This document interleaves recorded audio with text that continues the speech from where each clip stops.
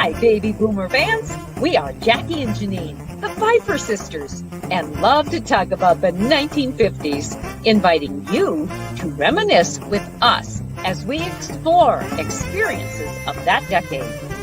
We chronicled the distinct memories of our childhood in our book, While the Windmill Watched, a slice of rural America in the 1950s, which takes you on a notably historic journey through that often forgotten decade. We also want to hear about your experiences during the 1950s. We will feature guests whose special stories of that decade will bring to mind magical moments of reflection, some with tears, some with smiles, but above all, a good dose of laughter. We would like you to chat with us as we bring to mind the sights and sounds so familiar to that time in history.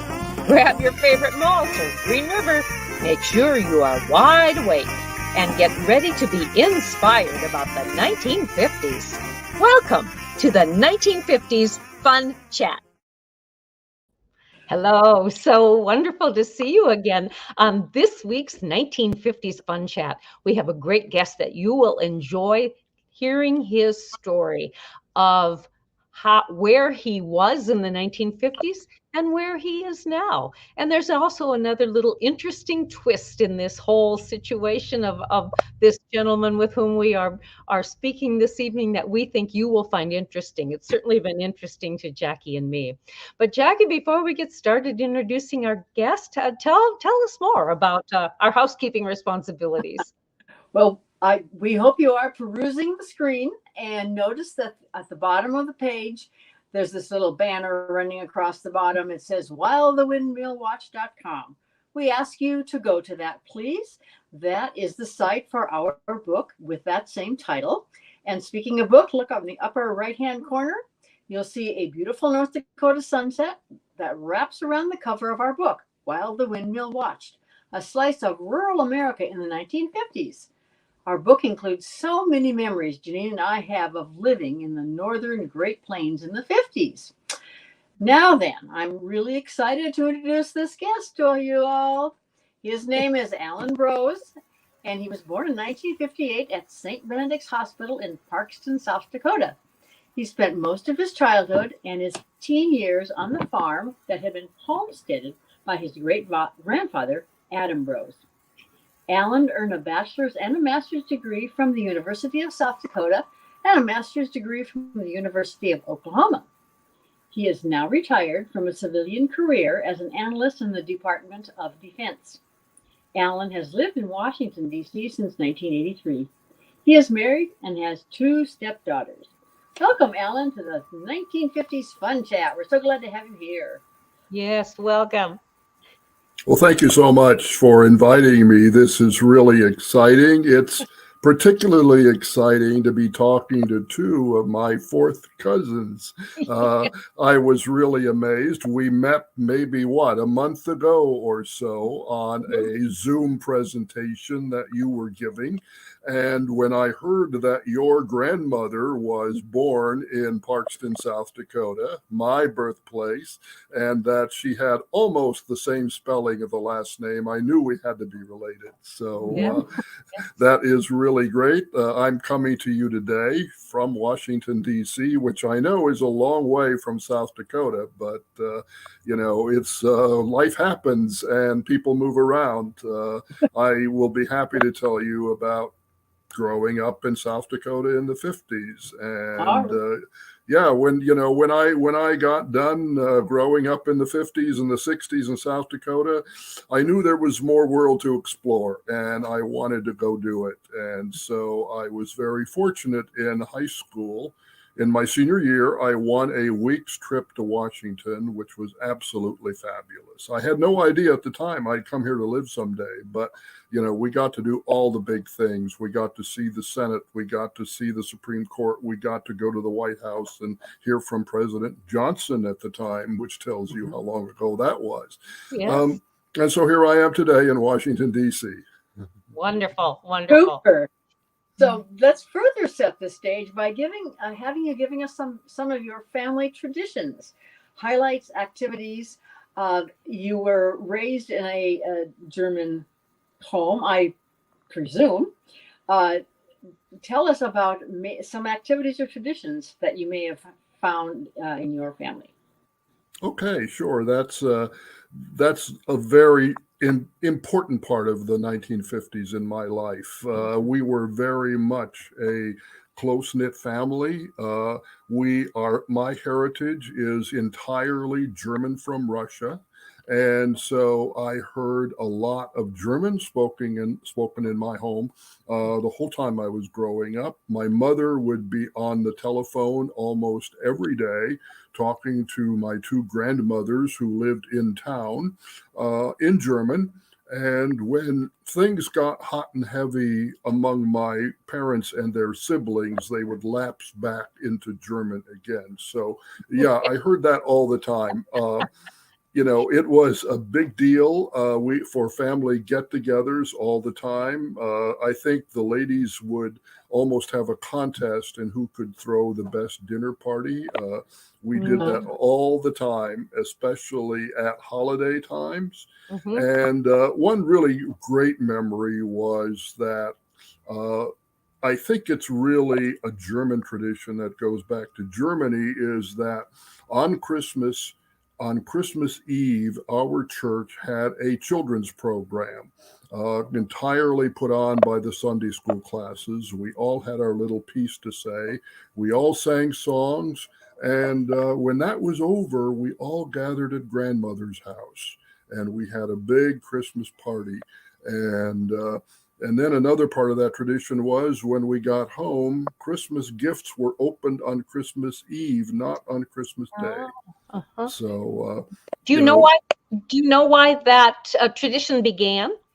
Well, I think that like I say, from what I've experienced and talking to friends in Germany, that's very much a German thing. To do it on Christmas Eve. Christmas Eve in Germany is known as Holy Eve, and that's the time when people believe that the Christmas man, Santa Claus, came and delivered the presents. And of course, when we got in the car to go off to the Christmas program, somehow my mother always remembered something she'd forgotten and had to run back into the house. And then, of course, when we got home, all the presents would somehow appear under the tree. Whoa, she was fast. Hey, Allyn, do you remember any of the special German foods that were made for Christmas? Oh, not just for Christmas, but there were all kinds of special German foods. I guess, the baking at Christmas time was particularly terrific. All kinds of cookies and things like that. My grandmother made a wonderful cookie, which was a filled date cookie. My mother made a variation on that, a date pinwheel cookie, which was rolled up and then sliced, oh gosh, all kinds of things. There were special things that were dumplings and strudels that were almost kind of like every day, not just Christmas occasions. And then, of course, there was, we called them pigs in the blanket, but they were also called halupsi, was the German word or the Slavic word for it. So, yeah, there was a lot of that going on. And, of course, my stomach still shows that today. So, were your pigs in the blanket cabbage rolls stuffed with a ground beef or a sausage mixture? It was ground beef and rice with some tomato. Yep. I don't know if the tomato was the sauce over the top or if it was mixed in, but definitely tomato. And what was interesting about that was that my father in his family had been raised that to believe that, the tomato was part of the nightshade family and it was therefore poisonous and you didn't eat tomatoes. And oh my goodness, my father would always sit there and carefully pick out the tomato and never touch that. And it got to be hilarious when we got to be teenagers and started eating pizza. And then we caught him actually eating a slice of pizza with tomatoes in. Yeah. He never heard the end of that. Yes. Oh, that's cool. Well, Allyn, I'm kind of curious about your schooling in the 1950s. Can you tell us about that? I'm sorry, say again, the what? The school you went to in the 1950s. Oh, yeah, well, I went to a one-room country school, and that was a school that I don't think we ever had more than 12 students, but it covered all 8 grades. And so what we would find there is that you would have your dedicated time when you were having your lesson.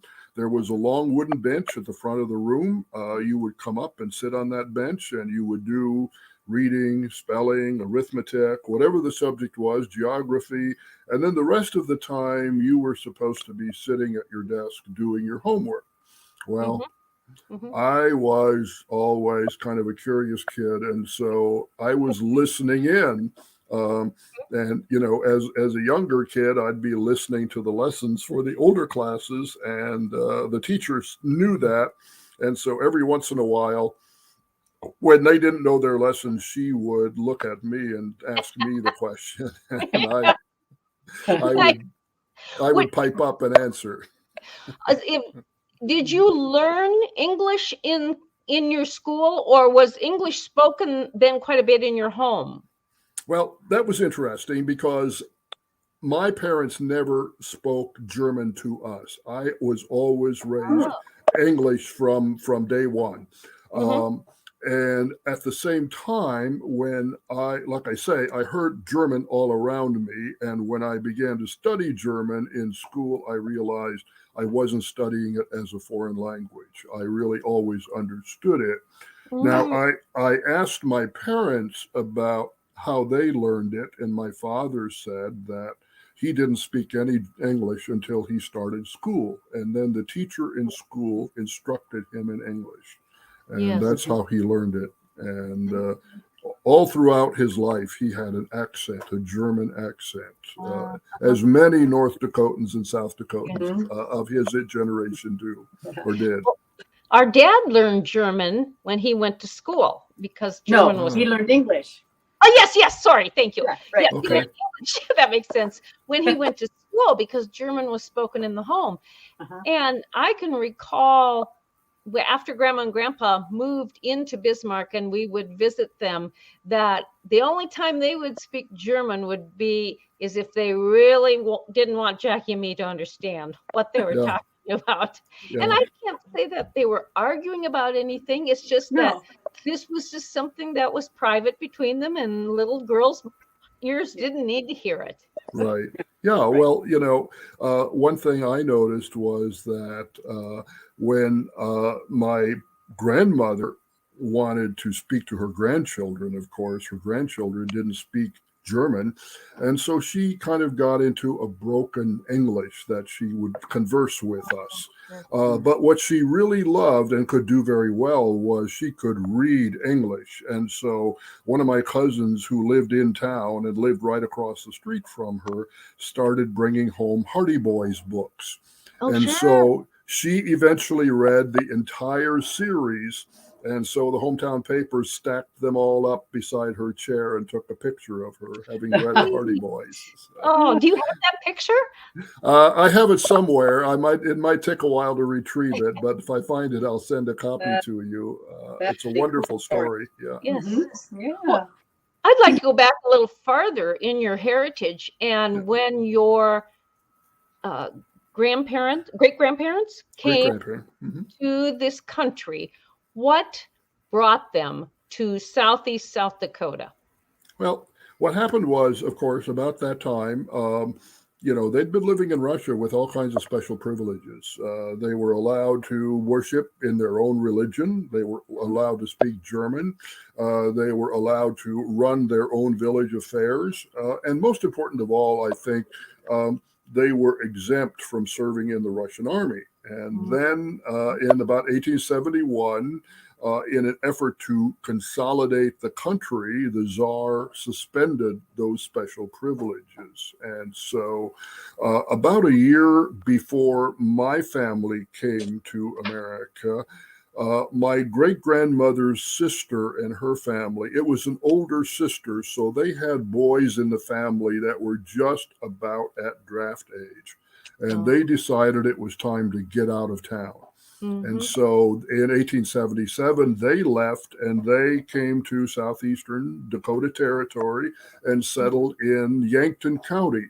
And so I think there was, they call it today chain migration, where there was letters back and forth, and they explained how the system worked. And so the next year, my great-grandfather and his family came, and the first winter they stayed with their relatives before they went out and homesteaded. And of course, at that time, there was all kinds of free land for homesteading. It was wide open. And so they went out and found a piece they really liked and staked their claim. And that's so interesting. Yeah. It is. Go ahead, Jackie. Oh, I was going to. Do you have something else on that line? Because I was going to switch to something else. I was going to go back to his days in school, and I understand you were quite a speller, Allyn. Can you tell us about your spelling prowess? Oh, that's really hilarious in a way. I got sort of a weird reputation at times because, yes, I took it very seriously. We had it was called the True Blue Speller in the 1950s, and it was just word lists. And it was divided up by grade. If you were a first grader, you knew that when you went to the spelling contest, they were going to ask you words from that list. And of course, first graders, they were mostly 3 and 4 letter words. And then as you advanced, the words got harder. Well, I would always study that little book, and I would always study several grades ahead. And then I started reading through the dictionary and reading dictionary pages. And so, yeah, I mean, it was just a lot of fun. It was a great vocabulary builder. It helped me in school. It certainly helped me when I got to college.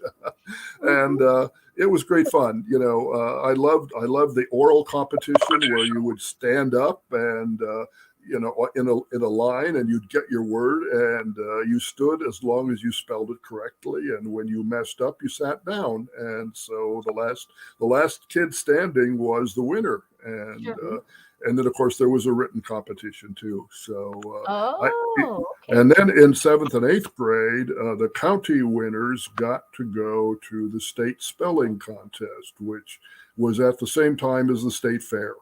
And so we spend a whole morning there competing with each other. And then, of course, in the afternoon, my parents and I would go to the state fair if I wasn't already at the state fair with some kind of a 4-H activity. I did a couple of demonstrations there at the state fair in a couple of years. I love public speaking. And I never did take an animal to the state fair. I could have a couple of times, but I really never did get excited about doing that. Yes, that is a whole different realm of a 4-H program. And I think it has to be in your blood in order to do it. Yeah. But okay, Allyn, back on these spelling words. Do you remember any of those spelling words that allowed you to claim the championship? Well, I do. Weird as it may seem. Hardly enough. Okay. When I was in the 8th grade, the biggest paper in South Dakota had a special tri-state spelling contest. The Argus Leader in Sioux Falls had a spelling contest, and I qualified and went.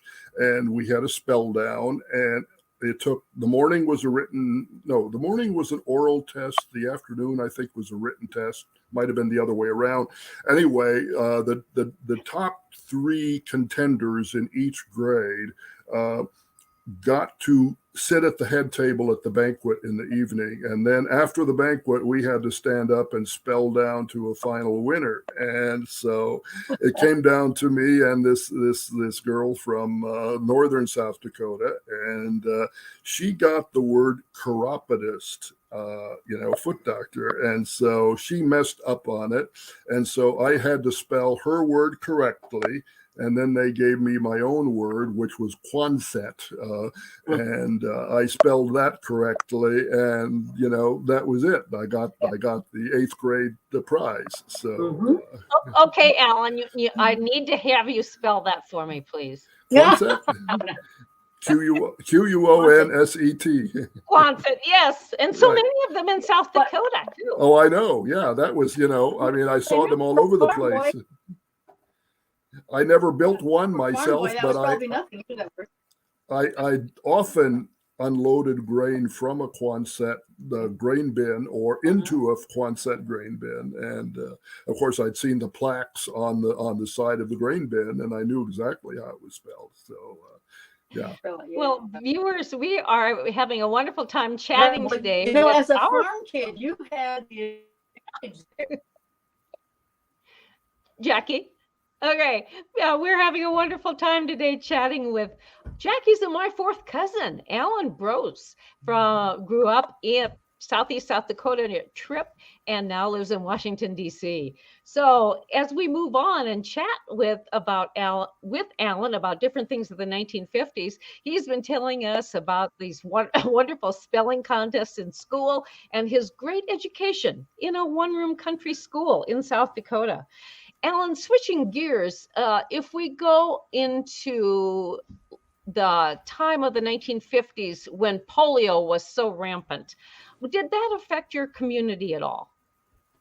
Oh, yes, of course. I mean, I remember as a fairly small child that there were stories about somewhat older children who were afflicted by it. And, I saw people in the community who either went around with crutches or even leg braces. And I remember I was about 6 years old when the first polio vaccine became available. And I still remember getting my polio shot. And I remember the relief on my parents' face when that happened. And, they got in line right away. There were no anti-vaxxers in those days. Everybody was rushing to get their children inoculated. And then a few years after that, still within the 1950s, they came out with a second dose, which was administered on a sugar cube.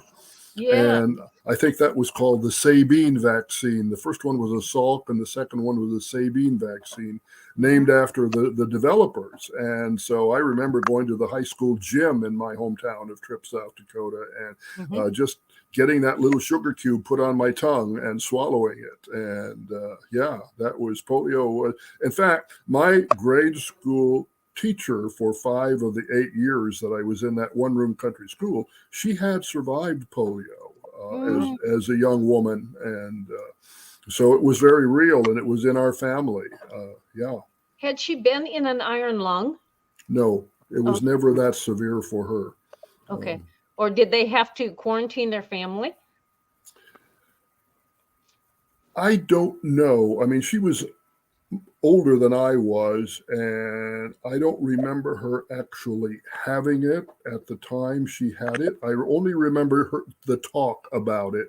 And she told us children in school a little bit what it was like having had to stay in bed and everything. But I don't remember much more about it than that. Okay. All right. So would you speak to this statement? Farm kids often have family and farm responsibilities and develop a strong work ethic. Now, in your time of employment, or even in your neighbors or your relatives, can you see that people who are raised in a farm have a little bit different outlook on work ethic than others?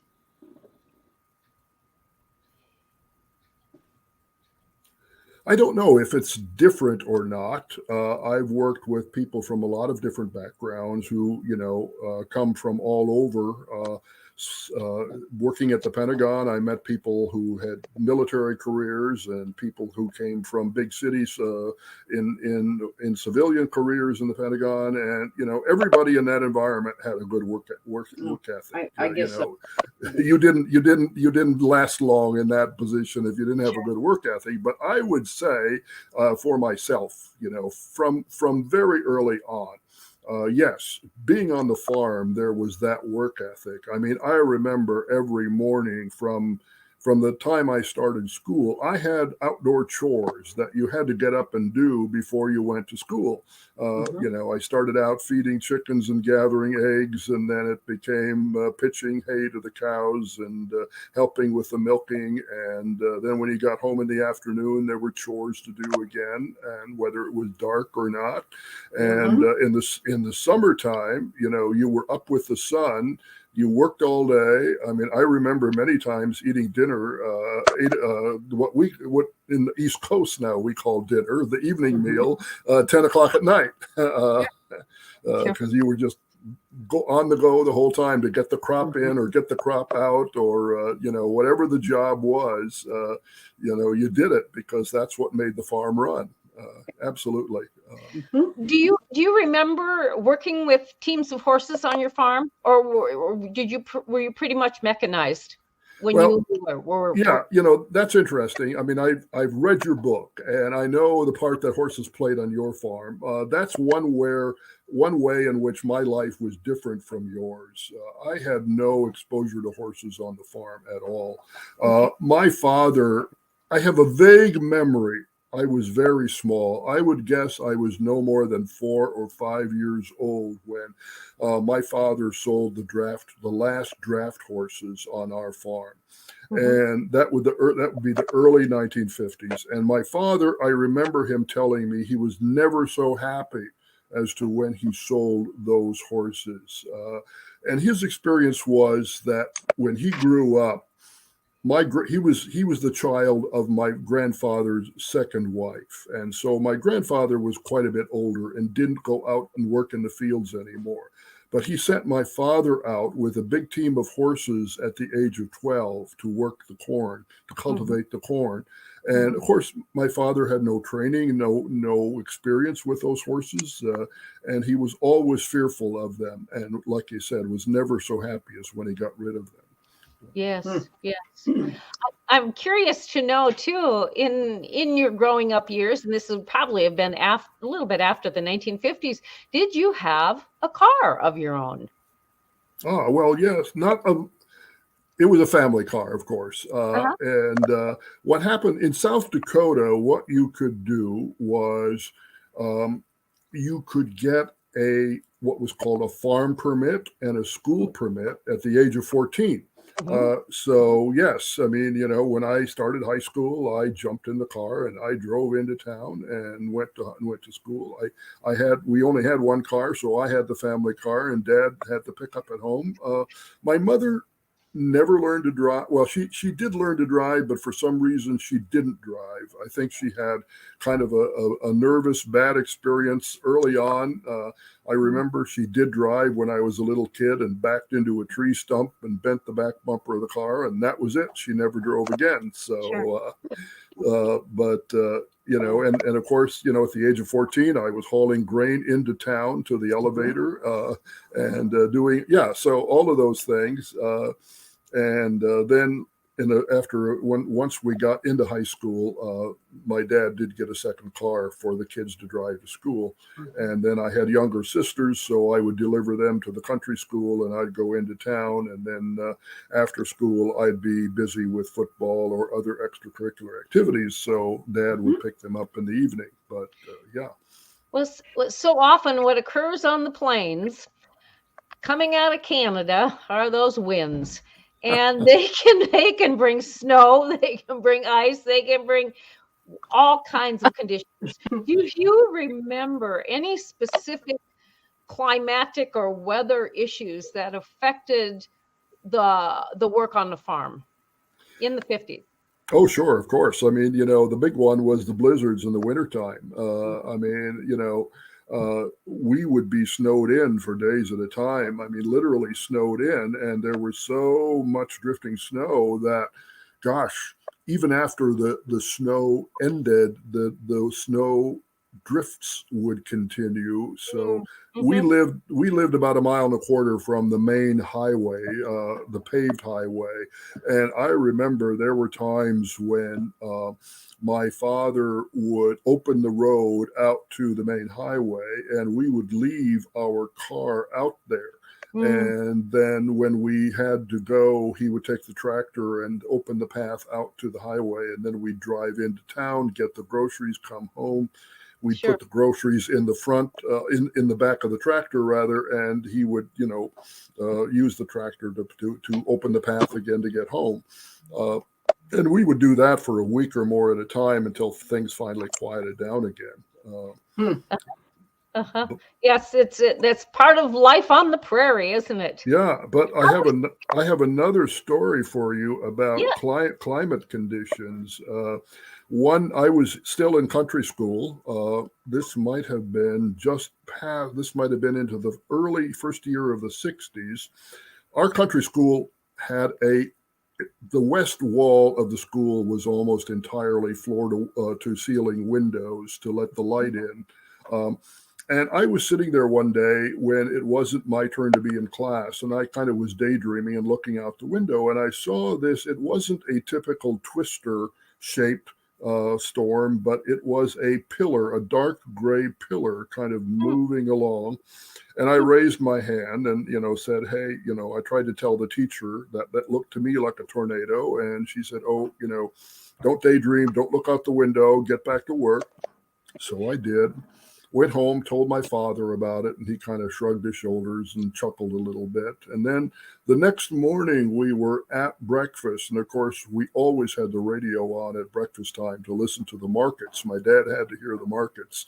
And they came on with a news report that this tornado had moved through the neighborhood and had lifted the neighborhood church about 6 inches off its foundation. Oh, My father looked at me and he said, oh.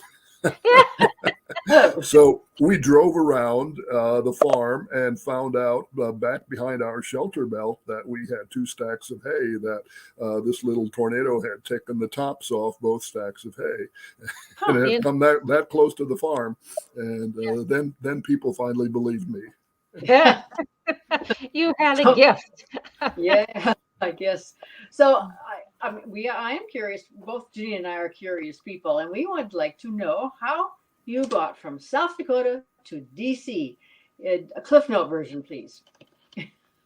Well, so what happened there was that, as I mentioned, I think at the beginning of this talk, when I was a senior in high school, I competed for and got a wonderful week-long trip to Washington, D.C. So I kind of knew, Washington, D.C. was a neat place. And so I went to college, got my college degree, got some master's degrees, and I ended up teaching in college at Virginia Tech in Blacksburg for about 4 years. And Blacksburg was kind of remote. And so periodically I would drive up to Washington, D.C., where I had friends. And then after about 4 years, I decided that I wasn't making really a whole lot of money teaching. It wasn't something that I really enjoyed from the standpoint that I was always on review with no assurance that I would, get tenure. Okay. So, and I really liked more the applied research part of things anyway. And so I went to Washington and I, totally without a job, and looked around and found the job, got settled there. And since 1983, I've been here ever since. And, who knew? I had no clue, back when I was in high school that I would end up here, but I love the place. But it's funny, I tell people I am from Washington, D.C., but I always tell people my home is in South Dakota. And that's just the way it is. I go back there occasionally. I have lots of family back there, and I still always feel right at home when I get back. Well, in those days of living in South Dakota in the 1950s, in wrapping up, Allyn, we have a couple questions that we ask each of our guests. And one of them is, what fun memory can you recall from the 1950s? Oh, well, I would say, again, going back to my school days, it was great fun being together with a fairly small group of people. As it turned out, I was related to most of them, but we would have great recess periods playing all kinds of wonderful games. We had exchange small softball games with a neighboring country school, and it was just a great time. And then I would add on top of that, just all of the family gatherings. Family time was just absolutely wonderful. Getting to know all my aunts and uncles. And my grandparents.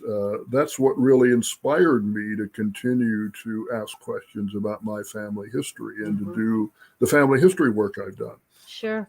Well, I really enjoyed the family history pages that you have sent to me. It's certainly been something that was not high on my list of things to do so far in this life, but it is amazing how the information that genealogy pedigrees can really open up windows of knowledge to people. Right. And then, Allyn, living in the 1950s, what can you consider to be a trait or a virtue or something that was been so influential in your adult life?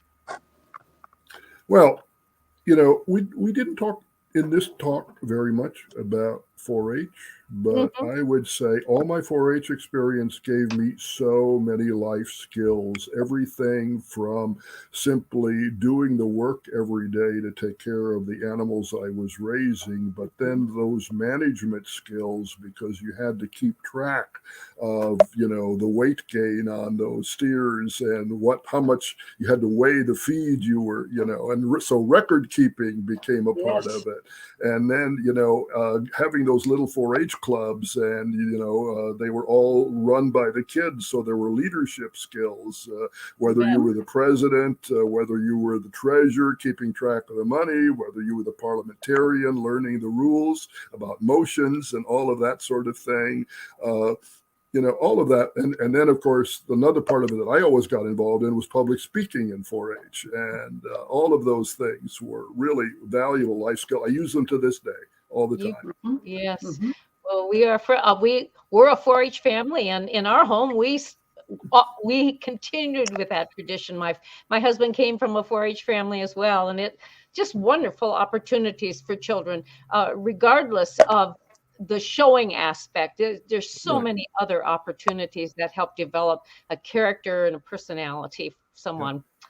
Allyn, we are just so delighted that you joined us today on the 1950s Fun Chat. This has been wonderful to get to know you better and to broaden our scope of the 1950s. Jackie. Well, I'll certainly keep in touch with you both. Thank you. Look forward to it. Thank you. And Jackie, can you conclude our presentation today? I can. I would like our viewers to look at the red button. It's a subscribe button. Click on the button, please. We really do cherish your subscriptions and also the thumbs up icon. And next time, tell your friends, even your relatives, about the 1950s Fun Chat. So do join us every week on Monday, 8 p.m. Central. And if you can't join us at that time, view our YouTube program, which is found in the 1950s Fun Chat. If you'd like to learn more about Jackie and me, you can go to our website, whilethewindmillwatch.com. And not only do we share more about our past on that website, we also talk about where you can purchase our book, While the Windmill Watched, A Slice of Rural America in the 1950s. You can order it directly through our website as well, if you choose to do that, versus participating in the purchase opportunity at many different vendors that are located throughout the United States. We are very grateful for that. And so I might also mention that Jackie and I are most excited to be able to join people in Zoom opportunities to talk about life in the 50s and to talk about our book. So if you have an interest in engaging Jackie and me in a virtual event or in a potential autographing of our book, please contact us at our website. Our email address is there, and we'd just love to hear from you. So thank you again for joining us today. And now remember, until you hear from us again, you might even consider those days of the 50s, the cool cars, the soda jerks, the poodle skirts, and those wonderful malts. Right, Jackie? And until then, till next time, we say bye-bye.